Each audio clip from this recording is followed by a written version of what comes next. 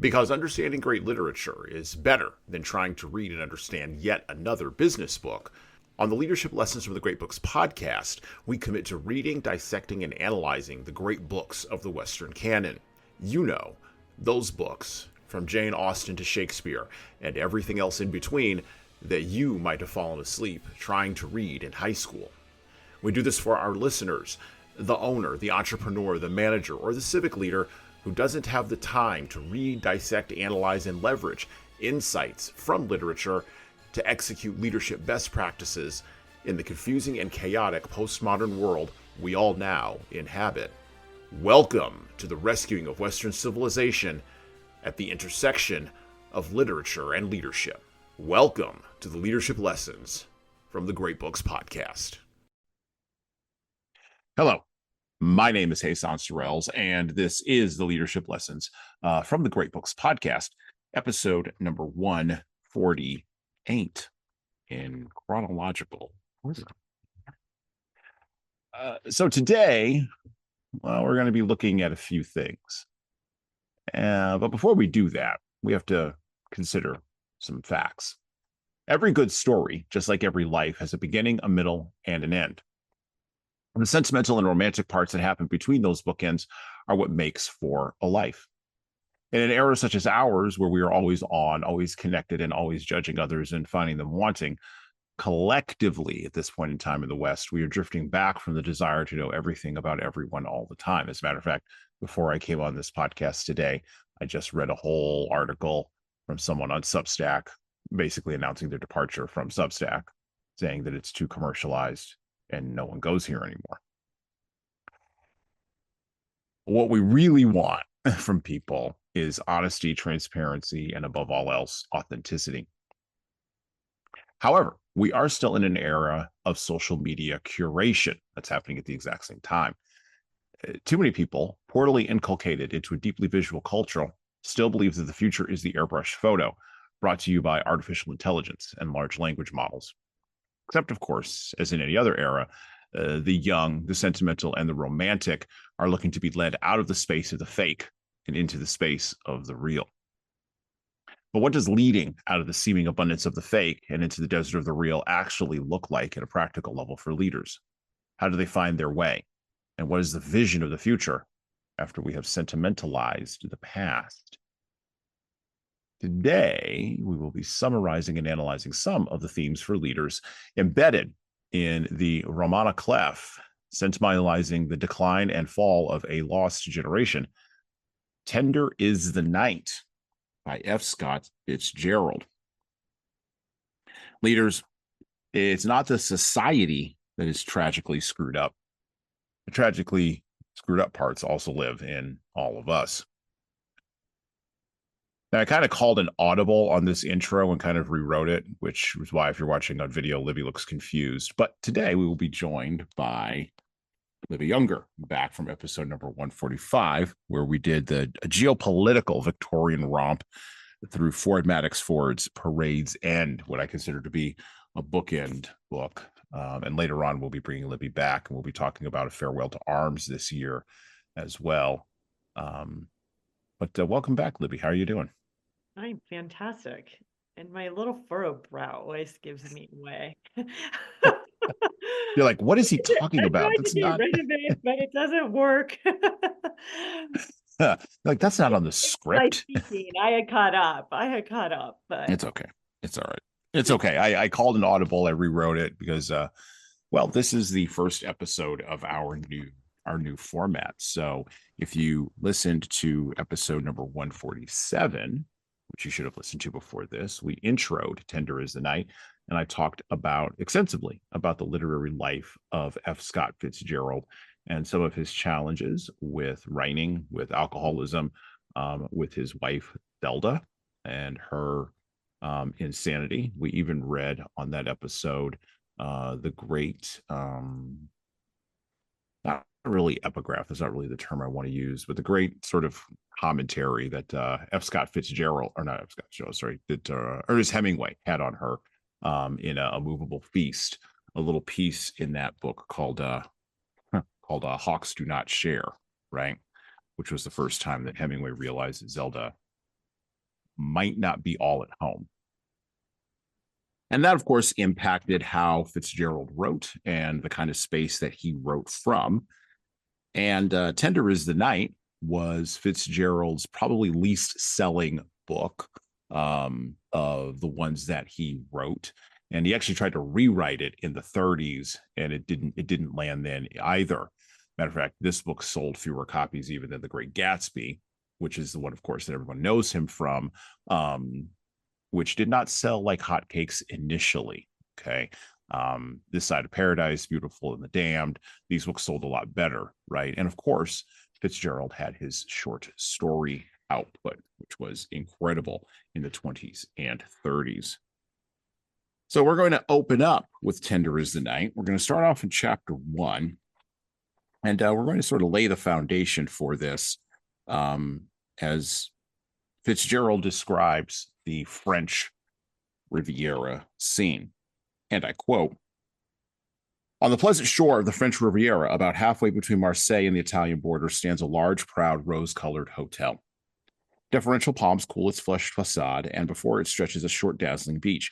Lately, it has become a summer resort of notable and fashionable people. A decade ago, it was almost deserted after its English clientele went north in April. Now many bungalows cluster near it. But when this story begins, only the cupolas of a dozen old villas rotted like water lilies among the massed pines between Gauss's Hotel des Étrangers and Cannes, 5 miles away. The hotel and its bright tan prayer rug of a beach were one. In the early morning, the distant images of Cannes, the pink and cream of old fortifications, the purple Alp that bounded Italy, were cast across the water and lay quavering in the ripples and rings sent up by the sea plants through the clear shallows." Now, I'm going to pause here. There's something very interesting that Fitzgerald does because he comes from a different time. He fully and completely describes what you are going to see at Cannes, right? What you're going to see when you go there. By the way, the Cannes Film Festival just took place the weekend before this recording. And apparently Jeff Bezos and Lauren Sanchez were there with their yacht, which is obnoxious from what I understand. One more sign, I guess, of a decadent, gilded era in which we are living. Back to the book. Before 8, a man came down to the beach in a blue bathrobe, and with much preliminary application to his person of the chilly water and much grunting and loud breathing, floundered a minute in the sea. And when he had gone, beach and bay were quiet for an hour. Merchantmen crawled westward on the horizon. Busboys shouted in the hotel court. The dew dried upon the pines.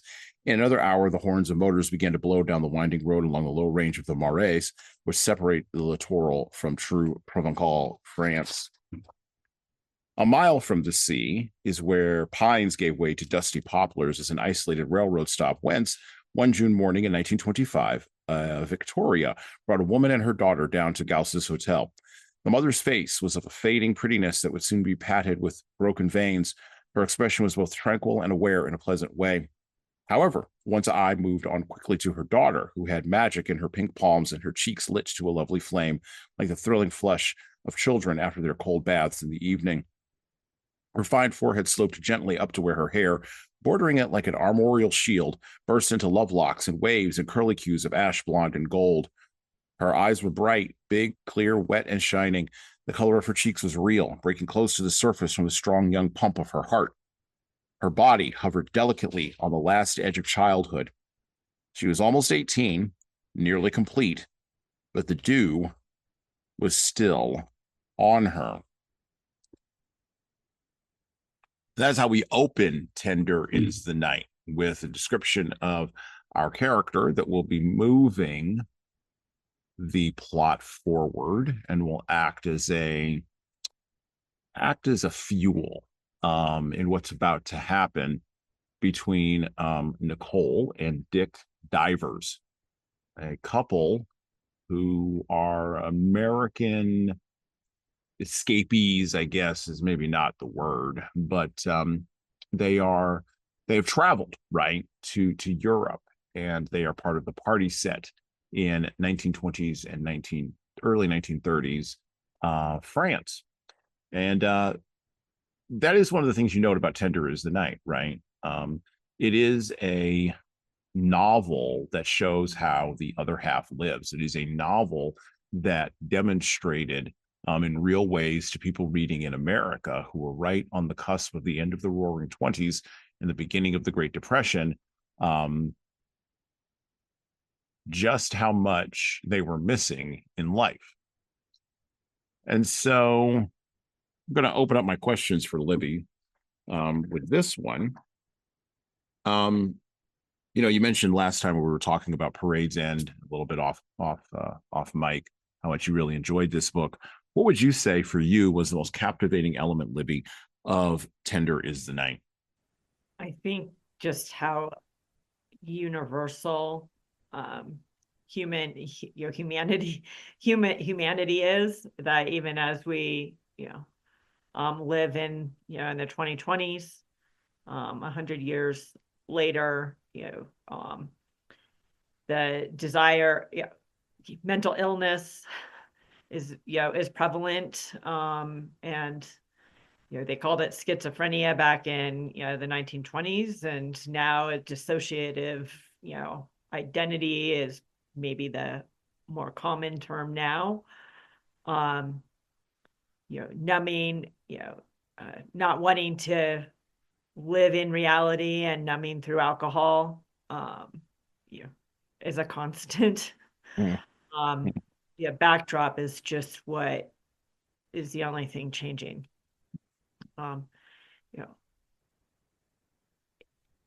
It was hard. It was hard to read. When you look behind, it wasn't hard to read. I mean, as I told you, I love reading books from this era, and the way that F. Scott Fitzgerald and Hemingway describe the backdrops and the people just are so real to me. I feel like I can just plop in, and I know the conversations, and I can have you can have them all, and just feel a part of it. From the clothing to the smells to the backdrop, but it's also because it's in France. And France is pretty timeless, at least from 1900s to 2025. Backdrop is similar.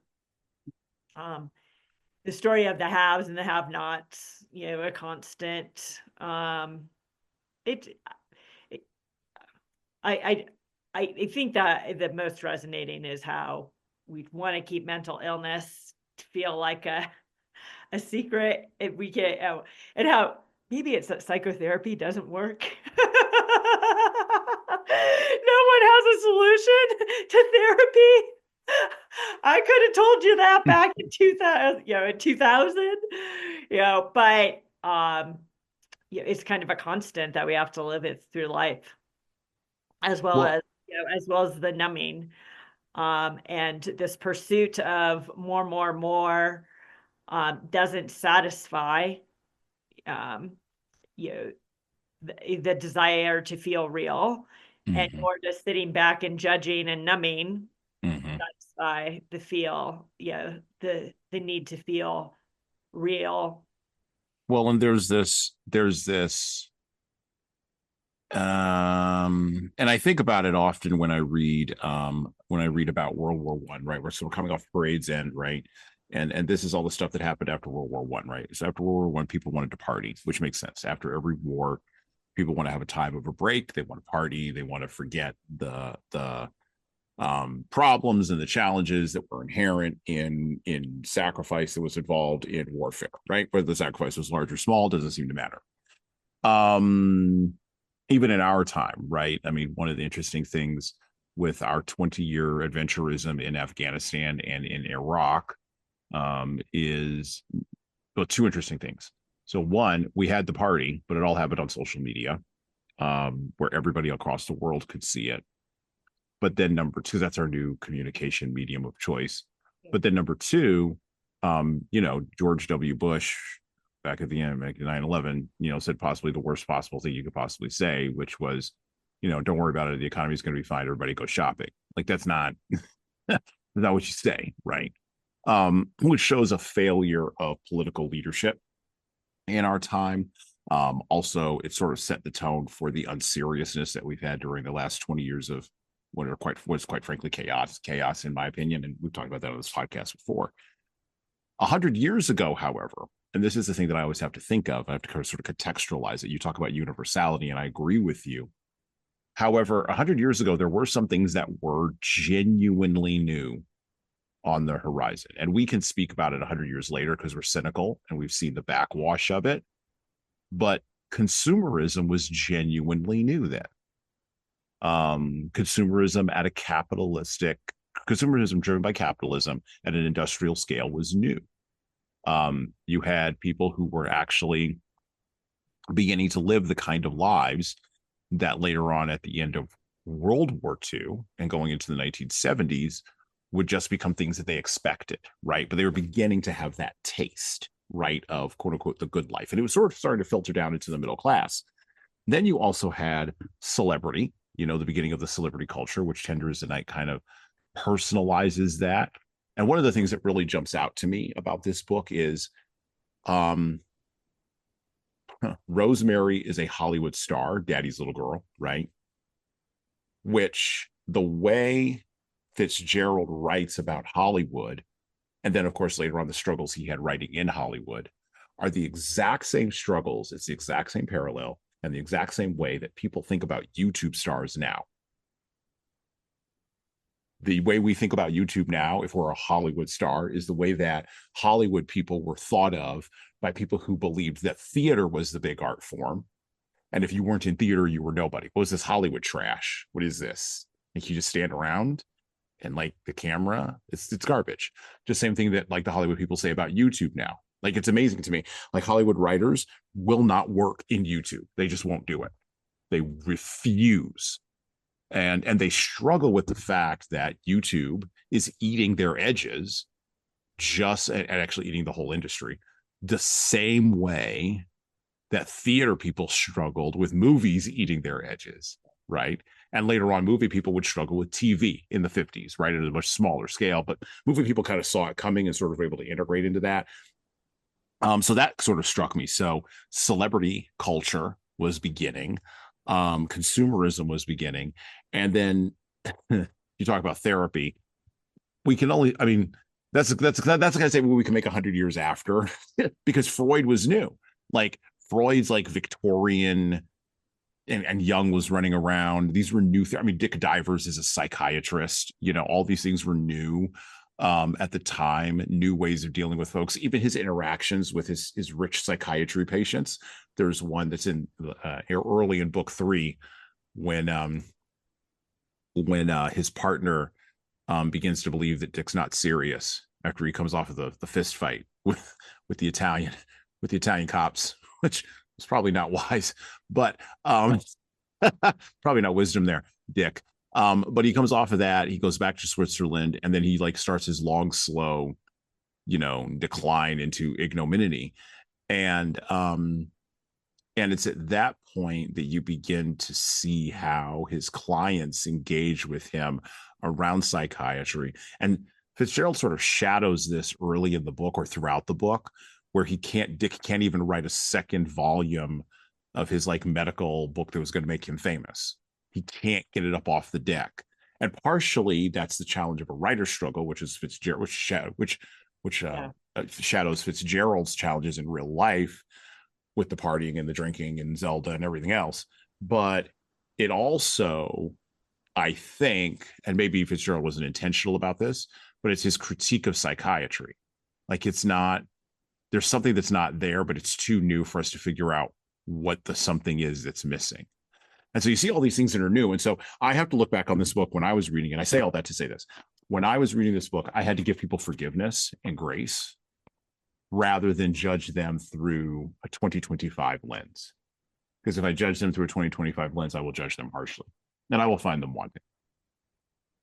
Interesting. Yeah, I didn't have that challenge. And one of the things that I'm thinking about is I'm probably going to double down on individuals' responses are universal. Yeah. Okay. So right now, commercial consumerism enabled by financial engineering and, and all those things has probably penetrated a little deeper into society. but and the narcissism associated with me, because there's a bit more wealth and decadence. People are looking for ways to feel valued and validated externally. But I think those are all, regardless of what the trigger is. I hate that word. I know, but it's the right word. It's the right word. This is the right word for that context. Right. Yep. Regardless of what the trigger is, the struggle remains the same, which is how to find, how to survive in the world, get to the base, getting past your base needs from a Maslow pyramid of needs. Once those base needs are met, we start to get into more decadent psychological responses to what's happening in the world. And that's where when people start getting what they're told is supposed to make them feel whole, like more wealth, relationships, education, they continue to look externally for answers to feel whole that only internal work can solve for. So, well, commercialization is real, consumerism is really high right now. We have the ability to be even more narcissistic, at scale than before. We have lots of people who have shifted from alcohol to marijuana and all different types of drugs, but they're still numbing because they can't fill the hole within them. Today, I don't know what we have to move to microaggressions in order to find, a PTSD that we need to hide from. Versus back in 1920, it was legitimately World War I and trench warfare. But if you see the common thread is, I was wounded, I'm a victim, life isn't as I expected it to be. I'm gonna look, externally for, validation and or numbing in order to reconcile what I expected life to be with what it is. And we will get, the common theme that I've been talking about since my aha, maybe like 18 to 24 months ago, is where right now, we're such a secular society, the 7 deadly sins are everything that's being promoted at mass, and that's the downfall of a civilization. When you have a more God-fearing or religious society where you have faith in something greater than yourself, you're kind of released from needing to you're released from those other from the self-destructive sins, greed, pride, wrath, gluttony, faith in something greater than yourself is what will put you into a place of being satisfied with life, or not demanding more from it than it is, accepting life as it is. You do mention the shirt sleeves to shirt leaves in 3 generations. I've mentioned that several times. It's because that first generation is just trying to get at the base Maslow's pyramid of needs, and they're willing to work hard to make sure that they have food and a structure over their heads. Everything else after that, they're told is going to fulfill them, and they're still left empty. Their children still probably feel a little hungry, and they're trying to find meaning in life through more wealth and education, and et cetera. They find that it doesn't fill them. And the third generation is like, we know that money and all these other things you're telling us doesn't fulfill us, and they like slide back down into poverty. So these are, it's all to say that the universal human experience is the universal human experience, regardless of the trigger. you know, and you know what? When you frame it that way, I don't disagree. You know, one of the brutal truths that the West was able to integrate versus the East, but able to integrate from an Eastern religion. And people forget this. Christianity is fundamentally an Eastern religion at its root, right? But the truth that it was able to integrate into the West was, to your point about, for lack of a better term, sin. The material world is never going to fulfill you, and to look for that fulfillment in the material world is sinful in and of itself. And you know, Buddhism kind of goes halfway with this, with all life is suffering, but then what do you do after that? And Islam goes in the other direction, again, another Eastern religion, and says, well, yeah, life is suffering, let's just crush everything. And I know that my Islamic listeners are going to get on me for being reductive, but I got to be reductive for this point. So let's crush everything and let's move on, right? Let's conquer it all for Allah. Judaism kind of gets halfway there, but then locates everything in a temple, in a physical manifestation of God on the earth. And this is why when Jesus shows up and says, I am the temple and I'll, you know, tear it down in 3 days and restore it, they all lose their minds in the New Testament, right? And I'm not talking about the average, you know, on the ground Jewish person. That's not what I'm talking about. I'm talking about the Sadducees, the Pharisees, the people who were in charge, and the temple really worked for them, right? Jesus gets to a core truth, which the core truth is buried in Christianity, which is that the material world will not satisfy you. Looking for that satisfaction is sinful in and of itself in the material world. And the only thing that will satisfy you is the grace and the blood and the sacrifice of Jesus Christ. Okay. And fast forward 2,000 years, and I like your point here. I'm going to restate it in a different kind of way. We just find new tools to sin with. And so, you know, 20 years from now, we'll be doing the same things with AI, right? We'll have come up with, I mean, we're already down the road. We're already down the road to AI pornography. We're already down the road to that. We're already down the road to virtual reality, you know, sexual pleasure, which is, of course, tied into dopaminergic reaction. We're already down the road on that. And who knows what sort of deviance will develop out of that, but it will develop, because all the technology does is give us new ways to sort of try to fill, to your point, our base, the yawning appetites that lie at the base of who we are. And going past that does require something that is a belief system that is existential and exists beyond merely all of that, right? So I don't disagree with any of that. I was merely saying, I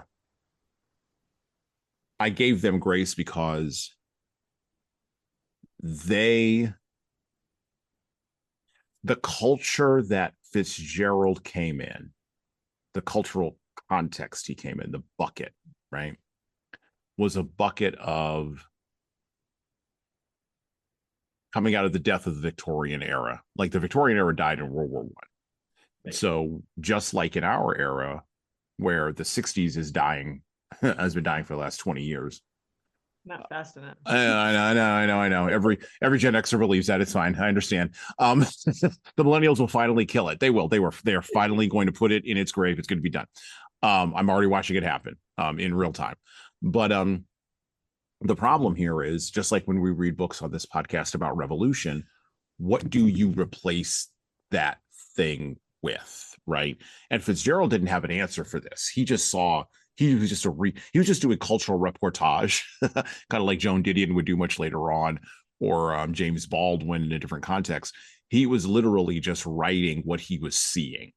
He was seeing that this person was trying to fill it with alcohol, to your point. This person was trying to fill it with sex. By the way, there is a lot of sex in Tender is the Night, a shocking amount. I was very surprised.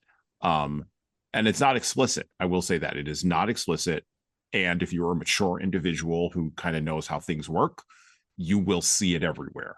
However, a high school student can read this book and it's not, there's no naked expose of this, right? It's just like the first time that Rosemary and Dick finally, do the thing. It's one sentence, and it's not even a descriptive sentence. It's a contextual sentence. And again, if you know how things work between men and women, if you've had any life on you whatsoever, you'll read that entire paragraph and you'll go. And I did. I paused because, again, I come from a more explicit time. I read that paragraph and I paused and I went, oh, okay. That's what happened there. Right. Yeah, it wasn't prurient. It wasn't prurient. That's what it was. It's not prurient. That's I can appreciate Fitzgerald for that. But what he was doing is he was looking at what people were filling that bucket with because they had no good ideas. They didn't know what to do after World War I. Yeah. The other thing that's kind of touched on in this book, and then we'll move on. I wanted to see if you caught this, but the other theme that was kind of touched on, particularly with the rich folks, is a theme that I see reflected in our own time, which was that sense of self-hatred, I guess, about their own wealth. Because to your point about shirt sleeves, all of the second generation wealthy folks that were coming to Dick for psychiatric help, either with their child being a homosexual, the results of incest or child abuse, using too much alcoholism, whatever the presenting thing was. And we'll talk about Nicole Warren here in a minute. She was fascinating. Regardless of the presenting thing, these wealthy individuals who made money all invariably had children. At least one of them, Baby Warren, is a notorious character here, who either behaved badly or were wandering towards being socialist revolutionaries. And that was another thing that was new in the 20s and 30s. Like everybody thought, and I have to remind myself of this, it's really hard. Everybody thought communism was the way to go. Everybody thought that. They really did. Because Walter Duranty went to the Soviet Union and lied, and nobody had a way of proving that he was a liar, not at the mass public level. And so they just bought it. They just bought it hook, line, and sinker. They bought the whole thing. Talking again about like the left and the progressives who believed in it. They're no different than today. This is what I'm saying. Like, this is the parallel I'm drawing. Yes. This is the creative class, and or the uber elite that we're talking about with the self-hatred and the communism. And Marx was a child of of wealth. He had a trust fund. So unfortunately, I think I probably understand these people far too well because I've walked with these people and they're miserable. So like to me, it wasn't surprising, Oh no, it wasn't surprising to me either. I found it to be the self-loathing is really prominent. Like self-loathing is really prominent, and that's again why you get to the shirt sleeves is they feel guilty, but they're not producing, they're not creating, they're living a life of luxury, they're telling others how to live, yada yada yada. I think of King Charles, like right off the bat, right? Like, he's clearly a miserable man who hates humanity, and everything's been given to him on a silver platter, literally. I went to a private high school the last 2 years of high school after having been in public school through 10th grade. And like these kids came from immense wealth and had everything handed to them, and they were miserable. Like they were super smart, like they could, SATs, perfect scores, everything, came really easy to them, but they had a gray cloud around them all the time, like literally a gray cloud around them, like all the time. And I saw it same at elite college. those of us who tend to be a little more optimistic, I refer to myself as a pragmatic optimist. I find I'm not like the smartest tool in the shed. The thing that differentiates me is I'm willing to work my ass off, and I love to learn, and I'm not satisfied with not understanding something. you know, Yeah. and Well, and there's a lot that comes from overcoming challenges and doing it on a regular basis. Like you feel good and grateful for what you got, because it's really hard to get. well, I will say this. Maybe I'm in the first generation to get Yeah, some in my family, because I don't feel a modicum of guilt. you Not should. No, one of modicum of guilt or self-loathing at it does. all. No, it doesn't happen in that first class, because in the first Right. generation, because how hard you work. Like no one, like when Obama said you didn't do this on your own, it's like, yeah, the fuck I did. Yeah, yeah, yeah. Exactly. That's right. No That's one else was right. getting up at 5 a.m. and staying up until 12 a.m. And sure, one of my favorite sayings is opportunity favors the prepared mind. Right. So people create, conditions within which you can thrive. But I'm sorry, if there's a wall, I'm going to find a way under it, over it, open a door. So yes, the conditions need to be there. I'm not in a prison, so you don't Right. be in a prison, but I don't know. Like, yeah, you did it on your own. Well, it's I think of Snoop Dogg's Hollywood Walk of Fame speech where he's like, I want to thank me. I always tell my wife, like, if anybody ever gives me an award, like a famous award, like something that's really high profile, I'm going to just basically steal his entire I want to thank me speech. And I'm just going to do that. And my wife's like, you got to stop. Like, you can't do that. That's ridiculous. But it is true. Like, I want to thank me for getting up at 5 o'clock in the morning. I want to thank me for not quitting. I want to thank me for like doing all the things and going the extra mile when other people quit and weren't willing to do that thing. We're willing to take some risks that others weren't willing to do. While people are on the sidelines, you're in the arena, while others Absolutely. are on the sidelines telling you can't do it. And yeah, Exactly. I make some decisions that were not that great, but did I learn from them? Yeah.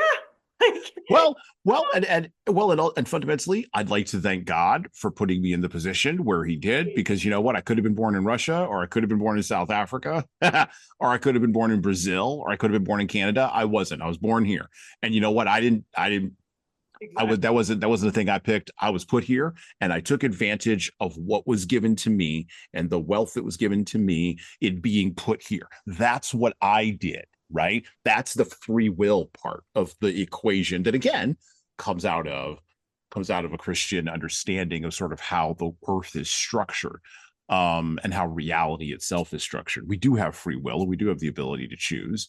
And so we shouldn't have self-loathing. Like, we shouldn't have that. We shouldn't have that guilt. Now, we should have guilt, I would assert, if how we got our money was illegal, immoral, or fattening. Then we should have guilt. Yeah. Yeah. Like for me, yes, I agree. Like like exploiting others, using others, Yeah. no guilt about, have guilt for that. For me, part of what I wanted to elaborate on the sense of faith is about also having a sense of service to others, wanting to help others thrive. Like I honestly believe other people's success is my is my success because I want them to be successful.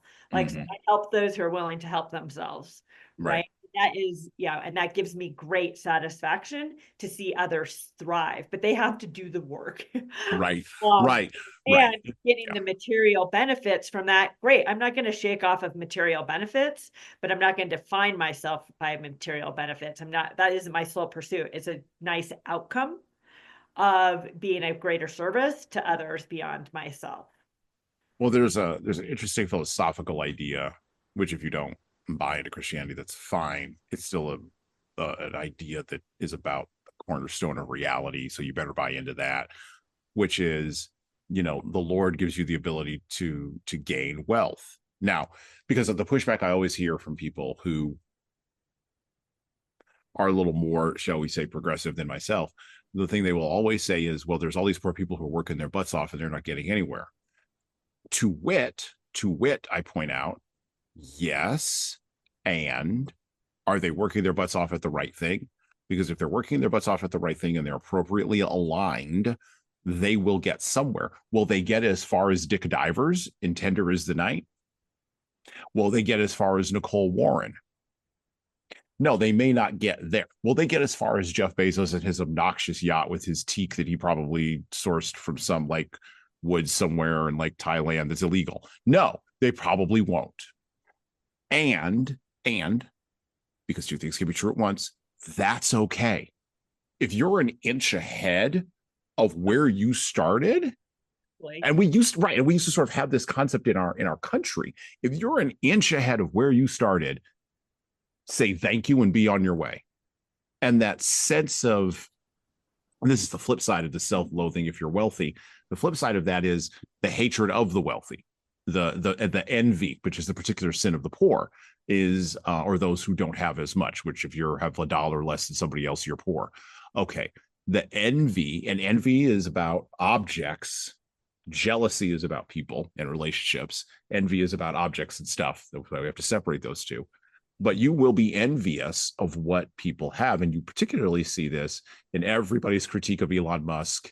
I mean, oh my gosh, the leftist critiques of Elon Musk are all based on envy. We can better decide what it is he needs to do with what he's earned than he can. That's all envy. That's all envy. Yeah. And I want to go back to where you started with, like, are you working at the right stuff too? Right. Like, making the right decisions about saving your money, where you spend your money. Mm-hmm. And you always hear about like the millionaire next door who Mm-hmm. lives extremely modestly, and they worked really, really hard and they just put it in the bank or they invested it. Like, is a whole set of decisions that people are making. It's not just about how hard you're working. Like, I always, whenever I went into a job, I knew what I was contributing, but I also knew what I was getting out of it, and but the next three options were that I was pursuing. It wasn't an end state. Right.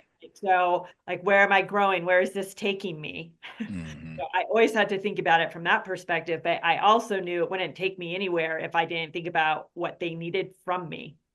Right. Correct. Right. How do you put yourself in? I don't know. As I've gotten older, one of the things that's become more, maybe not animating for me, maybe that's too hard a word. It doesn't really animate me. It's just one of these intellectual things that I sort of chew over when I'm like outside on my property picking up dog poop, whatever, Yep. Whatever. What else are you going to think about when you're doing that, right?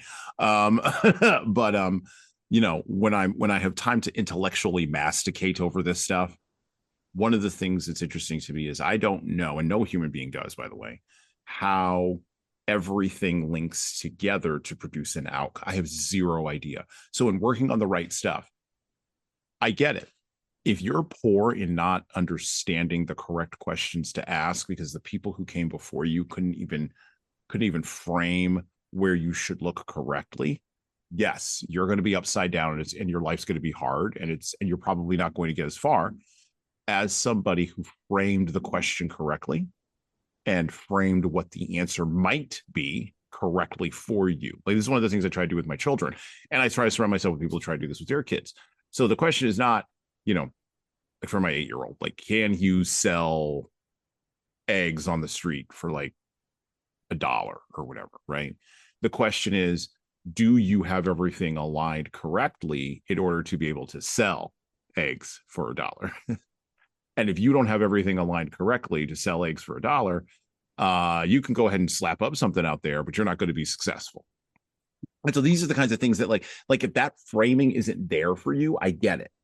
And we live in the most open, free, and informed culture on the face of the planet right now, historically speaking.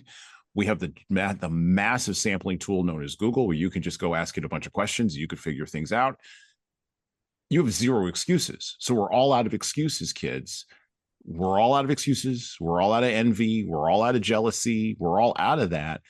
And yet, because our technology allows us to send more and just in better ways, we still continue to pursue this, right? We still continue to have the excuses. So, Well, And people will stop will stop and become blocked because there's no certain path. Right. And, and that's why I stick to the what are my three options out, is because an exponential number of options out means I won't have clarity and I won't be able to see something as it presents itself.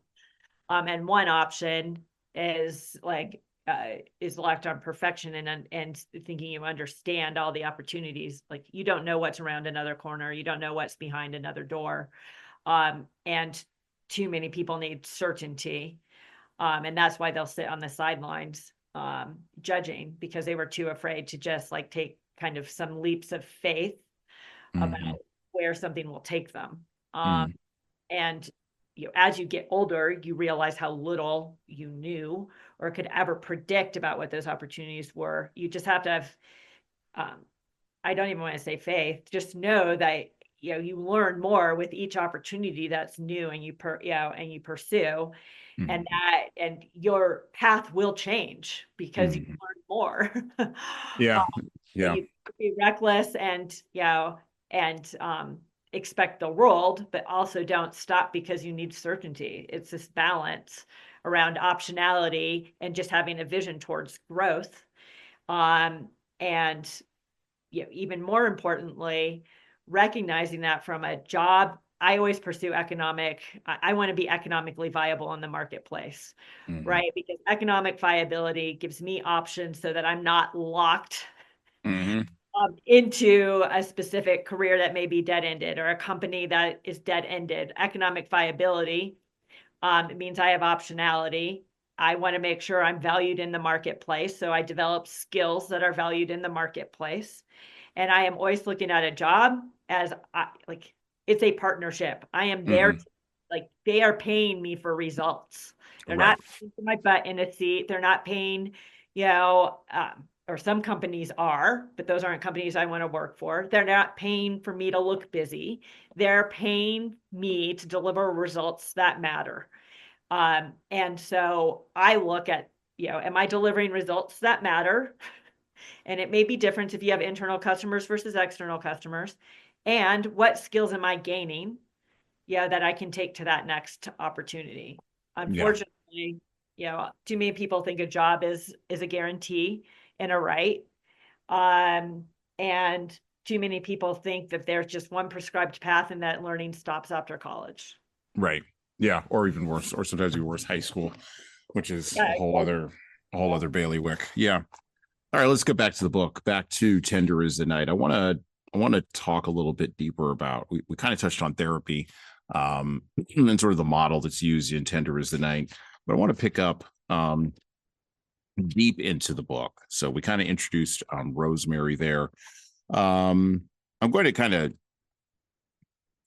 go into book 2, and in book 2 of Tender is the Night, Fitzgerald retcons. Well, not retcons. He goes back into the history of Dick Divers and Nicole Warren, and we begin to learn that Nicole was a psychiatric patient.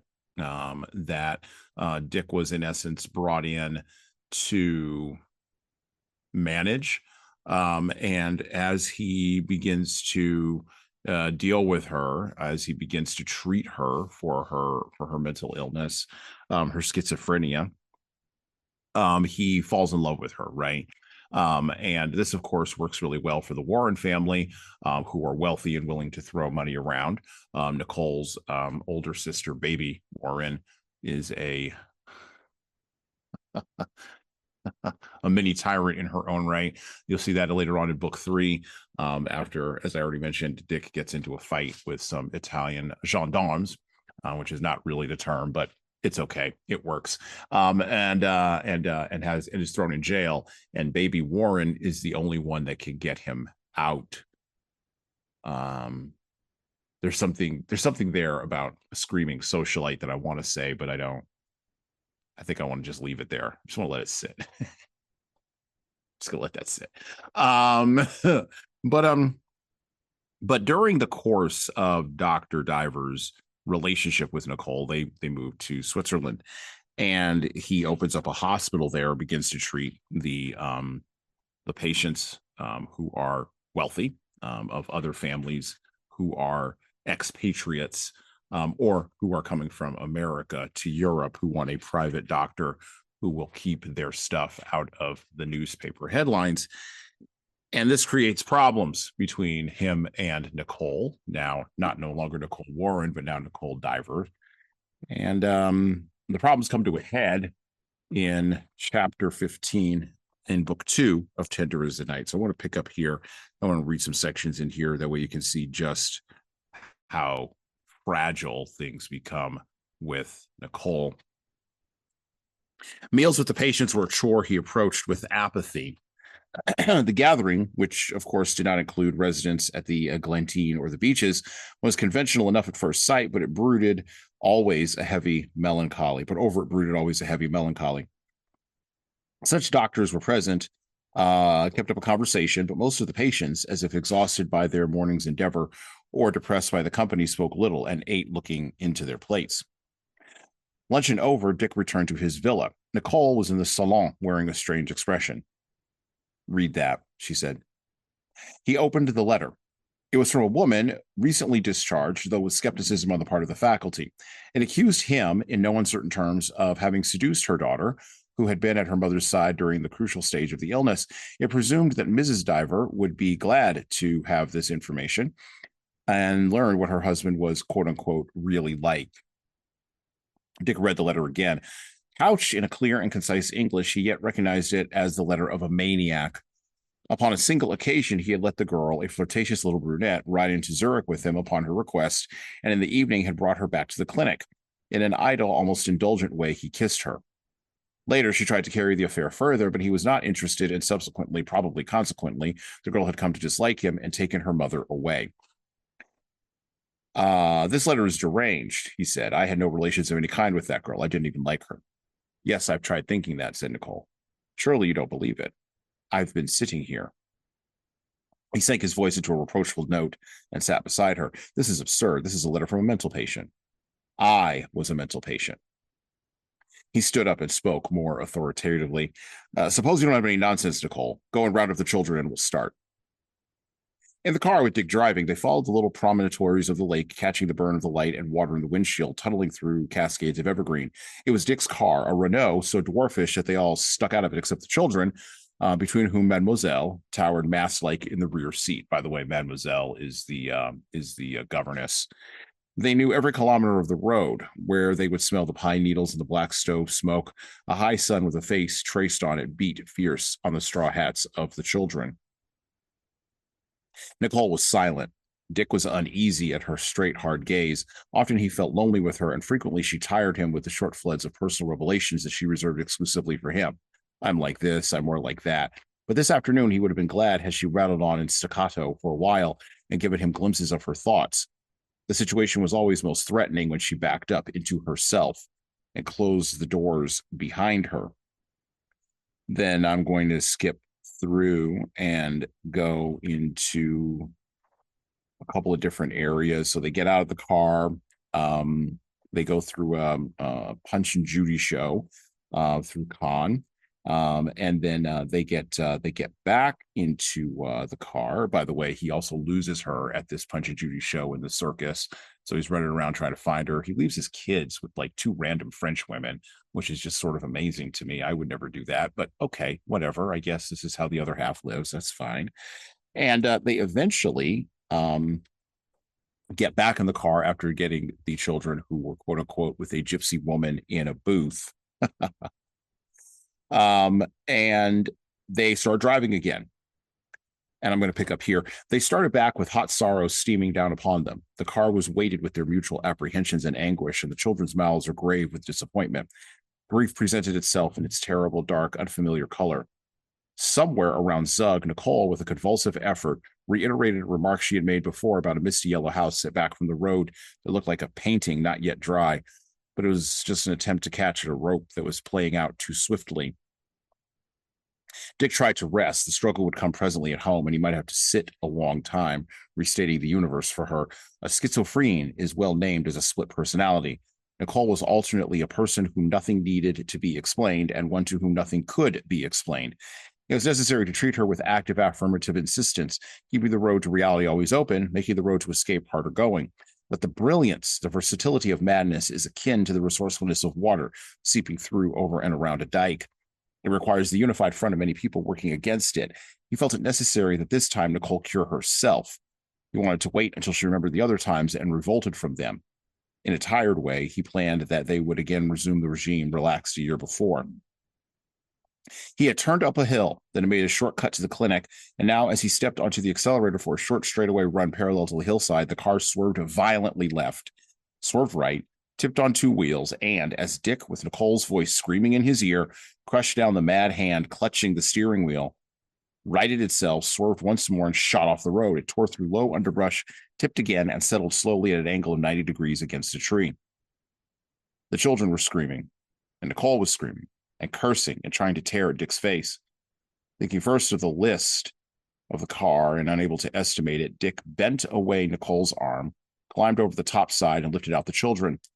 Then he saw the car was in a stable position. Before doing anything else, he stood there shaking and panting. "You," he cried. She was laughing hilariously, unashamed, unafraid, unconcerned. No one coming onto the scene would have imagined that she would have caused it. She laughed after some mild escape of childhood. "You were scared, weren't you?" she accused him. "You wanted to live." She spoke with such a force that in his shocked state, Dick wondered if he had been frightened for himself. But the strained faces of the children, looking from parent to parent, made him want to grind her grinning mask into jelly.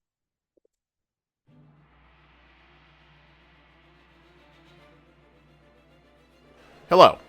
So I'm going to do some shilling here, and hopefully this will be a pause in our riveting conversation for you. I have an offer for you. My most recent book is 12 Rules for Leaders, The Foundation of Intentional Leadership. It's available in paperback, hardcover, or as an ebook on Amazon, Barnes & Noble, Kobo, and any other place you order books. Now, in this book, I address the 12 leadership areas that I have found leaders need to be the most intentional in to be the type of leader followers actually want to follow. From establishing a foundation of leading teams, through managing conflict effectively, all the way through leading teams through change, knowing what to do and why to do it can help readers, like the ones listening to this show, become better leaders. Look, reading this book and living it is like getting coaching from me directly without having to pay my full coaching rate. Head on over to leadershiptoolbox.us, that's leadershiptoolbox.us, and scroll down the homepage and click on the Buy Now button to purchase in hardcover, paperback, and Kindle format on Amazon 12 Rules for Leaders, the foundation for intentional leadership. And that's it for me. Now back to the show.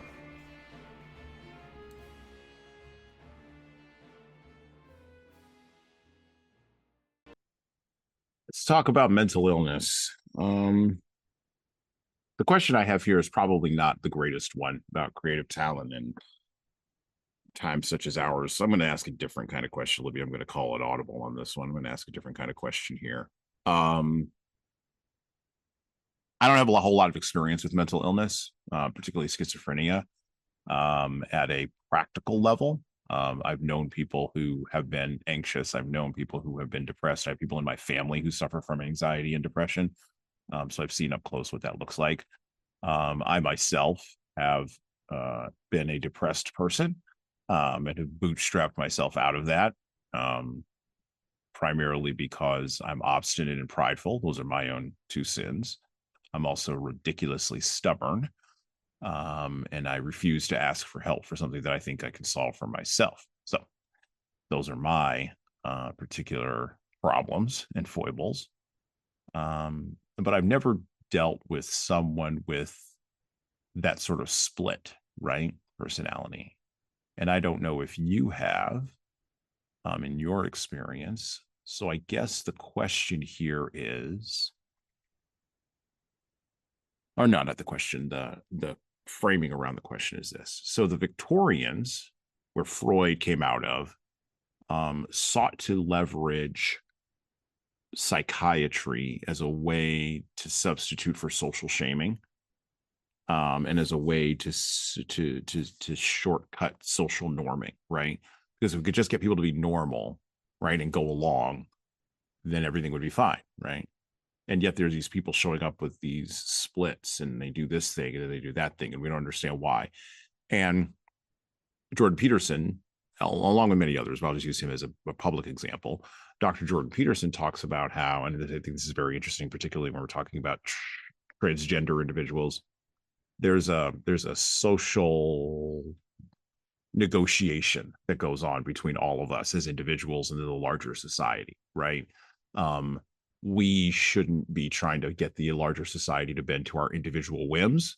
Instead, we should be trying to bend to the whims of society, because maybe the wisdom of crowds is actually a thing, and maybe people who have come before us may actually know something. Okay.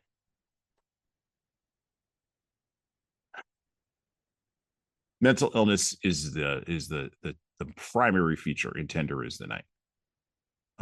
Past all of the stuff with like ingenues that you get with Rosemary, or the alcoholism and the self-medication which you get with Dick and everybody else. But Nicole and her family, the Warrens, specifically are impacted by mental illness. And Nicole even breaks up her marriage because she feels she is cured of her mental illness, even though there's some argument to be made that the guy that she goes off with might be a little bit touched in the head himself, as my grandma might say back in the day. Well, back in the day, they were rough back in the day, right? And I'm wandering towards the question here. So I guess the question is, I had all that framing. So let me phrase the actual question, right? And give you a chance to speak here. So yeah, so how do we deal with each other when we're mentally ill? I don't know. That right. Like this. Like this is one of the huge things for Tender is the Night that I couldn't get my arms around it. I can't either, largely because it's a spectrum, right? Right. So you have the full on, one extreme where people need to be institutionalized because they cannot help themselves and they are of physical harm to others. Right. We see a lot of those on the streets of San Francisco. Mm-hmm. And then there's a full other spectrum where people just want attention and they act out for like attention. Mm-hmm. And we see that a lot right now. Mm-hmm. Yeah. And I think if you feed it too much, it evolves into greater psychoses that Mm-hmm. force people into a reality that is completely detached from reality, and they do become even more ill. Mm-hmm. I don't think there's a one size fits all.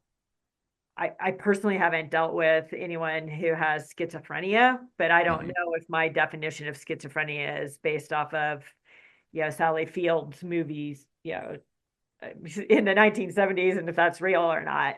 Ordinary people.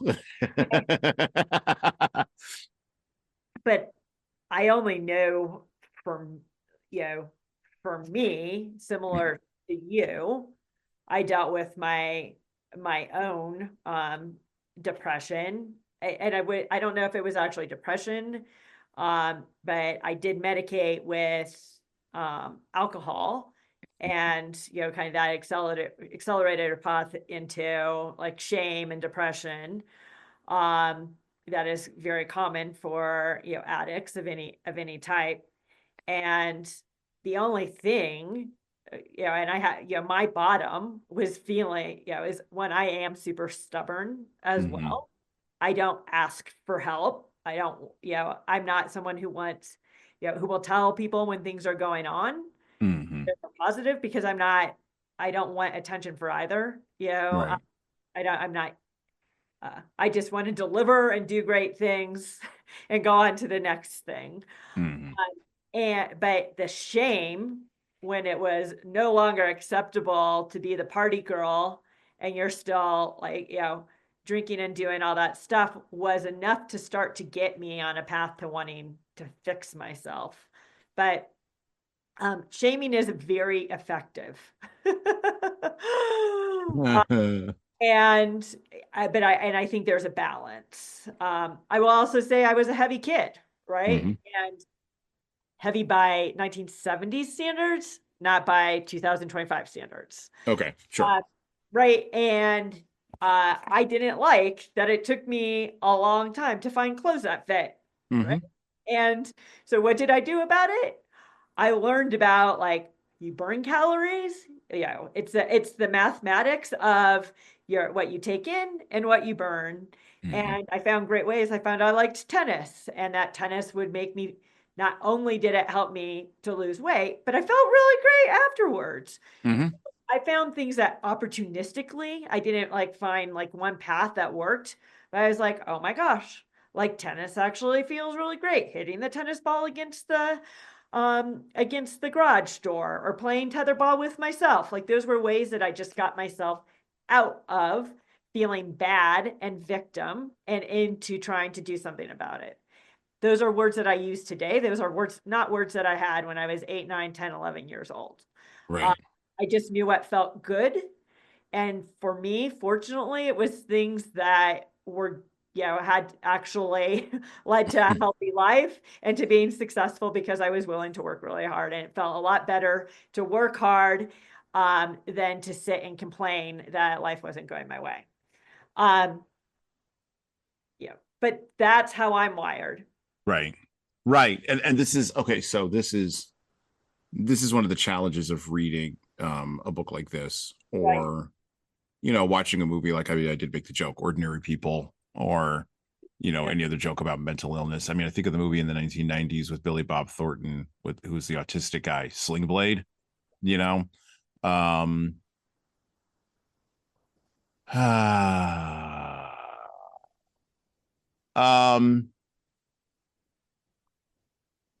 It's one of those things. Again, I don't understand how reality is put together, right? I just don't. I'm trying to figure it out, right? And I don't understand how mental illness operates at multiple levels, right? And I don't think anybody does, by the way. I think even the most highly educated people don't understand how it works, right? Even the most highly educated in this space, they could just tell you what the best guesses are because it's individualized. And there's certain aspects of treatment that only work for certain kinds of people and don't work for others. So one of our guest hosts, co-hosts, Dave Baumrucker, works in the clinical psychological space. And a good friend of mine, we were rugby teammates years ago and went to college together, and he's gone off and done other things. I've gone off and done other things, and it's been amazing. But in that space of clinical psychology, and it's not just when I hear him describe it, it's other clinical psychologists who I've heard describe it. It seems a lot like whack-a-mole. And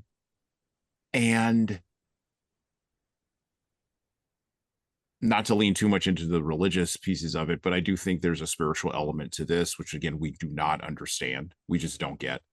I do think it's there, because why would it be everywhere else but not there? Okay, that makes no sense. And you even kind of touched on it a little bit, where you said at an emotional level, where you decided, I don't like this thing, and so I'm going to go over here and leverage this skill that I know I have here to get this outcome here, to go into the back door to get this outcome here, to stop this thing here from happening. That's a multifaceted solution that's unique to you. I wouldn't have gone and picked up tennis. I just would have doubled down on the drinking, probably, because I'm just that guy, right? Or I would have, because I'm hard-headed, I would have just run into a wall eventually at a certain point. It wasn't like an overnight. It wasn't an overnight. Sure. Yeah. Oh, yeah. No. And I'm not, I want to be very clear. I'm not being reductive in your experience. I want to be very clear about that. Right. And it did take time. But when we're dealing with, like, Nicole driving, the car over, off the road, at that point in the book where I was there, I stopped reading. I just stopped reading for a little while and walk away from it because I thought, I don't know how he didn't kill her. I don't know how he didn't strangle that woman in the car. I don't know how that didn't happen, because this isn't like, cars with airbags in 2025. Like, this isn't that and rollover and all that. Like, a car in 2025, it's a bad thing, don't get me wrong, but it'll survive a rollover, an accident, whatever, airbags, safety features. This was a car in the 1920s. So it's probably closer to like a Model A or Model T, one of those crappy Renaults.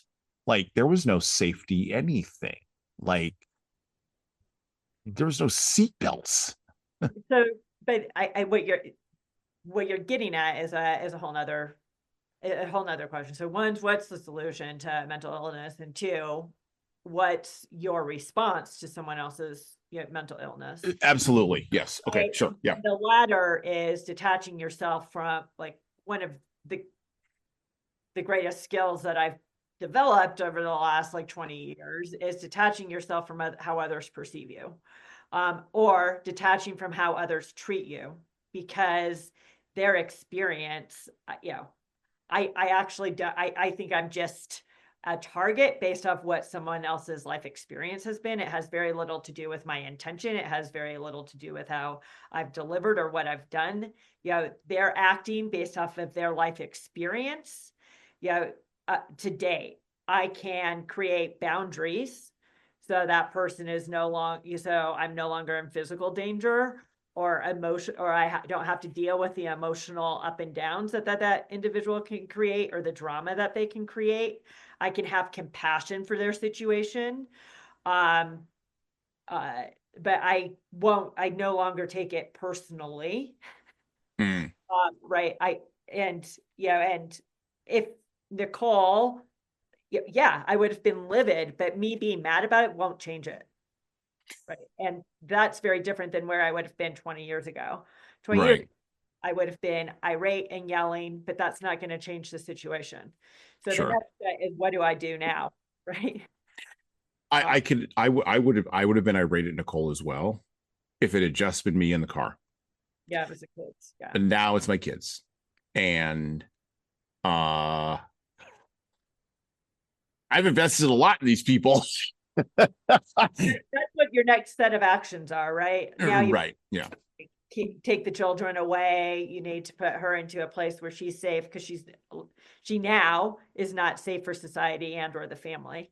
Right. And now I have to have a hard conversation with, I have to have a hard conversation with my children. Mommy's gotta go for a while. Mommy can't stay. So that's going to be one hard conversation. The other hard conversation is going to be with Nicole's family, which we'll get to that in a second here. But I can't have this person around my children. I don't care how much money you have. That set it on fire, like the Joker of the Dark Knight, whatever. I don't care. Doesn't matter to me. You don't have enough. Okay. And then that's going to be one hard conversation. That's going to be a second hard conversation. The third hard conversation is going to, quite frankly, be with Nicole, because, when she's not in her right mind, it's not going to matter. But when she is in her right mind and is going to want to know what's going on, you can't have sort of a, Rapunzel kind of posture. Like, you can't just lock her in a tower and hope everything's going to work out. You have to sort of get some info. And again, this is all about me not understanding how all this clicks together. And so looking at those three hard conversations, I love it how you talked about boundaries in order to avoid taking it personally, but also being equipped to have those conversations. And weirdly enough, because Dick Divers was so clinical, the way Fitzgerald wrote him, because I don't think Fitzgerald actually did research into clinicians. I think he just based it off of what he saw. Exactly. Yeah. And put a chunk of his own personality in there.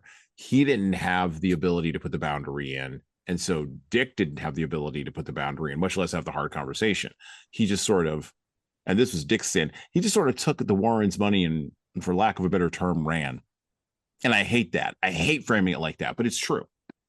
And it happens way too frequently. It's the expert class, right? Right. it's about putting faith into the expert class, even when it's not, the psychology of the time was the experts, but it's not working. Right. So. Well, and you can see it in the way the book ends. Like the I won't ruin it for folks, but when you go read it, like the last page of book 3, which is the end of the book, it's just sort of on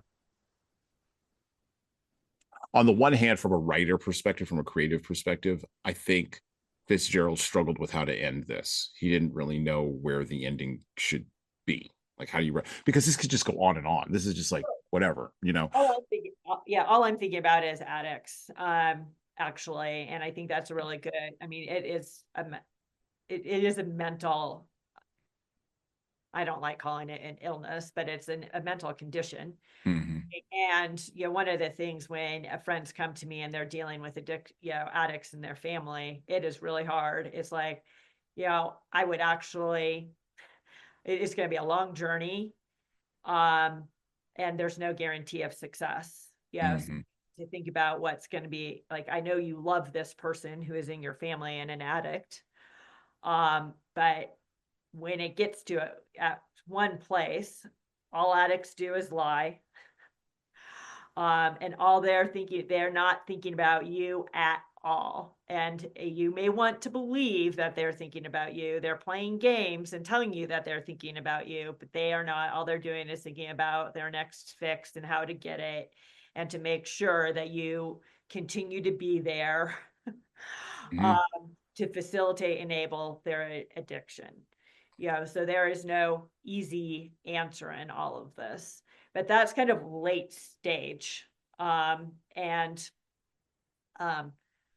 One of my, sadly, I'm a very rational person, and one reason like relationships are not like at the top of my list outside of professional relationships is because I'm like, talk about it once, talk about it twice, but third time I'm out, because I'm about taking action and not just sitting in fear or or masturbating to an idea. Like, let's talk about it once, talk about it twice, and we're out. And so I don't have a lot of tolerance. I'm not going to be an enabler. Let's just put it. Sure. But in an early in a relationship with someone who may not be well, like you're not in a position to make those types of judgments because you don't know. Right. So addiction is just easy to talk about. Yeah. It could just be someone just drinks 5 nights a week, a light drink, and you may make a comment, but then it starts to accelerate and you make another comment, but you got to start putting in boundaries where that individual is capable of making decisions in your best interest, but they're not. And so that's where you have to have boundaries. The challenge with like schizophrenia and others is, are they ever in a position to make the best decision for themselves? And at what point do you let them out to fend for themselves so that your life is not negatively impacted? And that's the gray area that I do struggle with, because I don't want people living on the street. I don't want people, I want people cared for. So when do you actually bring in institutions to help an individual? Right. Well, and a point that has been made to me by various people over the last, I would say, 10 years in different contexts, in different conversations, has been that we shifted around the laws around institutionalizing folks in the 80s, and Ronald Reagan, or Reagan's administration, shifted around a lot of the institutionalization models in the 80s. And that was doubled down on in the 90s. And now, to fully come back around to what you were talking about with homeless people, right, on the street, the vast majority of homeless folks, if you take out the addicts, right, although there's a lot of overlap in these two areas, but do suffer from mental illness. And it's hard to know and I'll call it mental illness, it's fine, but it's hard to know where the intersection and the overlap is, because the self-medication follows from the other things, right? And so we're in a state culturally of where we looked at what went on in the institutions, and this is that cultural weakness that we're apparently going through, or a lack of cultural confidence is what I say. So we have a lack of cultural confidence in a lot of different areas. One of the big areas is immigration. Like, we don't even want to hear the word assimilation. We don't want to hear. We don't want to hear that things are going to pause and then we're going to make these people be Americans, whoever they are, from wherever, right? I don't care if they're from, I don't care if they're from South Africa, the Ukraine, or if they're from coming across the border. We don't like that word assimilation because we don't have the cultural confidence to believe that America is the best, because guess what? People chose with their feet to come here. Okay, fine. We don't believe it. Cool. But then that cultural confidence, that lack of cultural confidence, drips into other areas. And so, of course, we have a decline of trust in the institutions. It's a circle, right? So the population loses trust. The institution becomes less effective. The institution then changes its laws in order to regain trust. That doesn't work because now you've lowered the bar. And now we just have this slow downward slide between institutions and the culture, with a lack of trust and a lack of confidence, until you finally wind up in, San Francisco, in, whatever that park is in San Francisco, where people are doing, it's an open air drug farm. And and you can't tell the difference between people who are schizophrenic and people who are just, on fentanyl laced heroin. Like, you just can't tell the difference, right? I mean, a difference doesn't matter. It doesn't matter. It doesn't matter. Correct. And so, bringing back the institutions is important. But one of the things that we have done is we almost glorify, like, mental unwellness. Well, right? and that's a sign of hedonism, but that's a sign of hedonism and decadence and too much wealth. Right. Where everyone's a victim, the victim Olympics, oppression of Olympics, but the whole Jordan Peterson quote, I think, is really important, is we don't want a society, a society that moves to the whims of every individual. Mm-hmm. And we also don't want a society that doesn't allow room for individuals to be individualistic.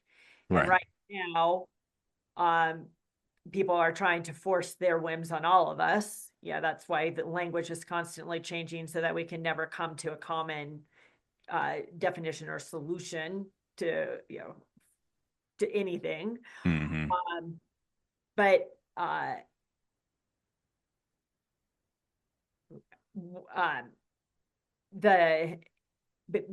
we have to, everything is about trying to find balance in the whole ecosystem, and continually to measure, like, the effectiveness of things that are working. Newsom, he said no one's never done more for homelessness than him. And let's define what he's done for it. Like, is he defining what he's done for it by the amount of money he spent? Or are you defining it by the outcomes of the money and how it's been spent? I would look at the outcomes, and say the outcomes, you've done a lot more than anyone else, but the outcomes are negative. You got to reevaluate what you're doing and how and why. But one of my concerns with where we are now in a society is everything's an external answer. Everything is like a pill or food or some sort of external effect, and that if you bring in institutions, that they're just going to institutionalize all of the poisons that are actually could potentially be exacerbating kind of the mental illness that is out there. So how do you? I always worry about institutions going too far, because in the regulated world that we live in right now, that's institutions just wanting to grow and continue to take on power. If we are to create institutions for mental illness, like, I want to make sure that there are boundaries, and very strict and small boundaries of what is institutionalized mental illness and how we take care of those folks. The rest of it, to me, is about working downstream and with families and education and a lot of the other things that have been ignored that are prerequisites for accelerated mental illness and self medication.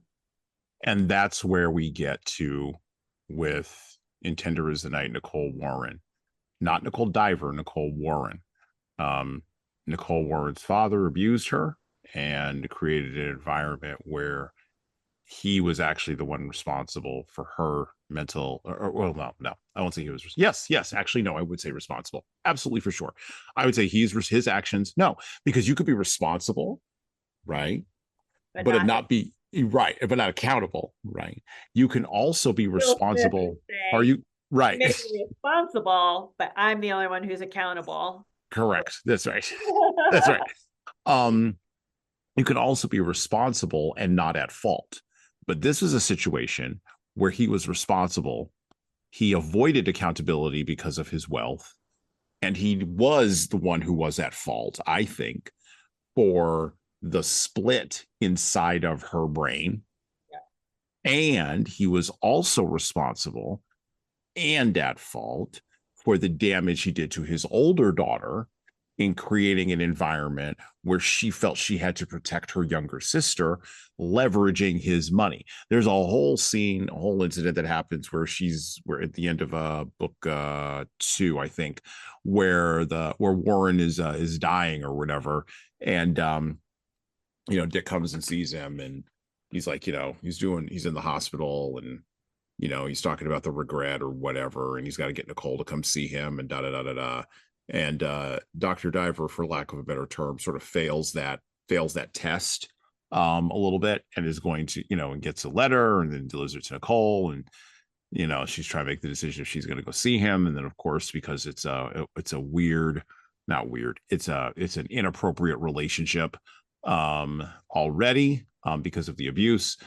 She of course runs to see him, and he has gotten up out of his bed and escaped, or gone back to America. And then he just walks out of the story. He never is referred to ever again. And it weirdly enough a lot of this book reminded me of the movie Magnolia in the 1990s, directed by Paul Thomas Anderson. And the old guy played by Jason Robards, who is Tom Cruise's father, right? Who's dying in the bed the whole movie, muttering about regret.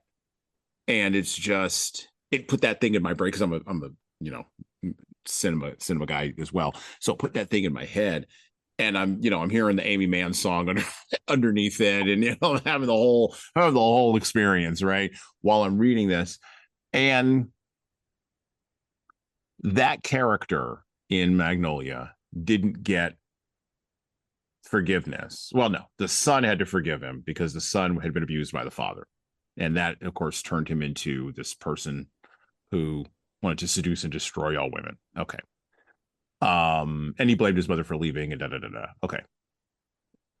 The same dynamic happened in Tender Is the Night, you just flip the genders, right? And you can see this most notably in how Nicole ends her marriage to Dick through intentionally, pursuing an extramarital affair, and then sort of in a very post-Victorian, pre-World War II kind of way, allowing two men to fight over her. And Dick just doesn't, he's like, I'm not, number one, you're a boxer, so that seems to be a bad idea. And this is back in the day when every man could handle himself. And he could handle himself. Like, he wasn't going to be, I mean, it's going to be a problem. But like, how much do I want to get messed up over this woman who's trying to manipulate me into some shenanigans or nonsense that I don't need to be manipulated into, right? And so the whole thing just sort of collapses in on itself. And that leads me to turning the corner here, because we've got to wrap up. And I want to thank Libby for coming on the podcast today. This is one of the, I thought it was going to be easy, but this is one of the more deceptively tough books that we've covered on the show. And we've talked a lot about a lot of things today. We've talked about, the obsequiousness of wealth. We've talked about mental illness. We talked about addiction. We've talked about sort of the nature of where we are at currently 100 years later, and how nothing much has really changed. It's just our technology has gotten better for us sinning. And we've also talked about the nature of family secrets and how do you deal with mental illness in a family when it endangers people. Okay, a lot of different areas we've covered. I'll ask the penultimate question, which is the question we always ask in this podcast. What can leaders take from Tender is the Night? If I'm a leader and I'm a hardcore, like, hey, I'm going to get psychological insights from like Adam Grant. And I've mentioned him like 4 times today already, and I don't know why he's living in my head rent free. I have no idea why. But anyway, I'm going to get insights from that person or from Daniel Pink, right? And that's going to be a better use of my time than reading this book. Why is reading this book better than reading something by Amy Edmondson or Daniel Pink or the aforementioned Mr. Grant or any other leadership book writer you could read? What are you going to get out of this that you can apply to yourself probably first and then your team? Allegory. Yes. And this is why we're going to take a break from Shakespeare this year. This is why. Yes. No, go ahead. Keep going with that. Yeah, don't get me wrong. I love Daniel Pink. Adam Grant, not so much. I think he's overly simplistic and not, I think he thinks he's smarter than he is. But you could have just asked Libby 90% of the that he says. Just ask Libby. Just ask Libby. But Daniel Pink gets into more of the NLP type of stuff, even though he doesn't call it that specifically. Yep. But none of them get into the reality of the human experience and the challenges of dealing with different types of individuals and personalities. And you need to be adaptive to individuals and their different needs, while at the same time not enabling and creating boundaries, and when necessary, removing them from situations where they're impacting others. One of my favorite and most true statements is that you never fired someone fast enough. You can never fire them fast enough. To me, leaders, there is never a leader who said, I didn't fire them fast enough. Like, they'll always say, I wish I'd done it sooner. You need to take toxicity out of the workplace, and toxicity is about personalities that are creating havoc on the teams. How do we do that when we are in a space right now in our world where, and I wrote this word down because I see it a lot, where we are almost commanded, like came down on a tablet from Mount Sinai, like Moses delivered it to us, well, this is the way it's framed, right? We are commanded to affirm.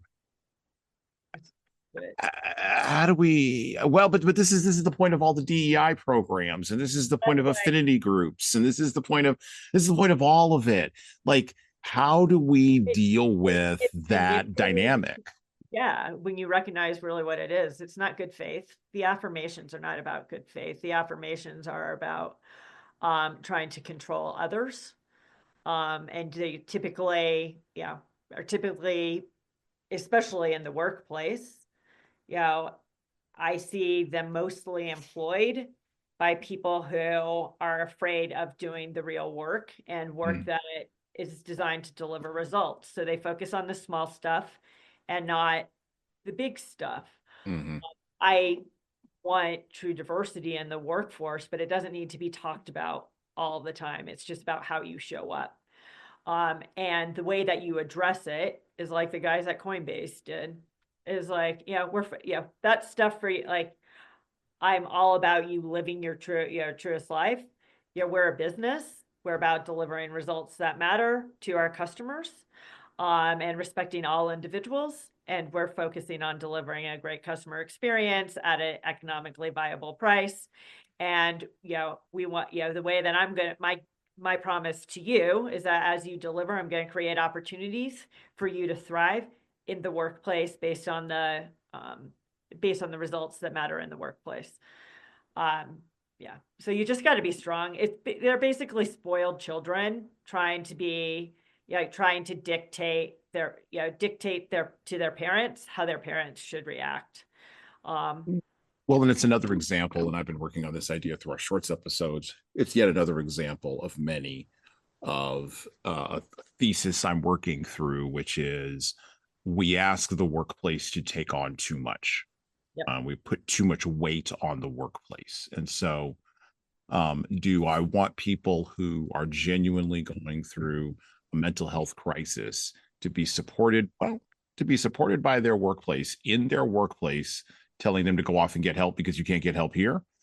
Absolutely. That's the correct move. Go off and get help because you can't get help here. We're not qualified to do that. Heck, even the people running a mental hospital should probably go take them. If you mess up, go do it, right. Don't ask the mental hospital where you're working to be the place where you get right. Okay, so that's the extreme example, right? I absolutely am in favor of that. I am not in favor of to your point, the whole self movement that has sort of taken hold of our culture, where the leader in the environment, whether that person goes the title of manager or supervisor, is asked to affirm the whole person. That's too much weight to put on that leader. And quite frankly, it's too much weight to put on that workplace, because to my point earlier about families and your point earlier about families, family is where that weight should go. And yet, because we have moved over the last 20 years more and more towards this atomization of family, we're going to have to struggle to get back to that. I'm writing a whole thesis on this. I might publish it on my Substack that no one goes to anymore, and see if anybody will read it. But I've got some ideas. I've got some thoughts on this, because I think we're putting too much weight on the workplace. We put way too much weight on schools and the class, and now we're doing it on the workplace. And we need to, communities are there to support you for your extracurriculars and the things outside of the workplace. The workplace, we want you to feel welcomed. We want you to feel like the conditions are there for you to thrive, but there are going to be boundaries for that. And there need to be, well, otherwise we can't get the work done. And then I think, part of this is a product of there being too much money being thrown at companies right now, and there's no accountability about results in the workplace right now, because there's just so much money chasing a lot of business ideas. Accountability, like, we're not in a hard time right now, right. So people can waste precious time and resources on things that don't create value for the workplace, in place of the things that do create value for the workplace. Well, and one of the I'm not insensitive to people's needs, but those are not things you bring into the workplace. Like, there's a time and place for all of that, and we should have a species, I think, of hard-headed empathy. So our empathy should not be our empathy should not be weaponized against us to achieve a particular outcome as a form of manipulation. Marxism, right? And that's what it is. It's about, that's what again, politics is all about, weaponizing empathy as they gain power, and then changing the rules, again, to create more places of power. But it's all about weaponizing empathy, right, to gain power and right. control. Look at David Hogg, like. And with that, over to the right now, because he realizes that I will not say, because it's another 3 hours, I will not say anything about that beyond this. I was surprised that he was the person that the DNC selected. I will just say I was shocked, because it doesn't, on the surface, it doesn't check any of the boxes that we have been told the Democratic Party checks for the last at least 15 years. We've been told. So I don't know what shenanigans are going on underneath that. And we don't have time to explore those right now. Maybe we'll do that on the next episode of the podcast with Libby. We just need real parents in the workplace again, and not the children running the institutions. Running the institutions, yeah. Well, I think that's a good place to stop. So I want to thank Libby Unger for coming on the Leadership Lessons from the Great Books podcast today, talking about Tender is the Night with us by F. Scott Fitzgerald. I would encourage you to go out, pick up a copy of that book. And with that, well, we're out. Thank you for listening to the Leadership Lessons from the Great Books podcast today. And now that you've made it this far, you should subscribe to the audio version of this show on all the major podcast players, including Apple iTunes, Spotify, YouTube Music, and everywhere else where podcasts are available. There's also a video version of our podcast on our YouTube channel. Like and subscribe to the video version of this podcast on the Leadership Toolbox channel on YouTube. Just search for Leadership Toolbox and hit the subscribe button there on YouTube. And while you're doing that, leave a 5-star review if you like what we're doing here on Apple, Spotify, and YouTube. Just go below the player and hit 5 stars. We need those reviews to grow, and it's the easiest way to help grow this show. And tell all your friends, of course, in leadership. By the way, if you don't like what we're doing here, well, you can always listen to another leadership show. There are several other good ones out there. At least that's what I've heard. All right. Well, that's it for me.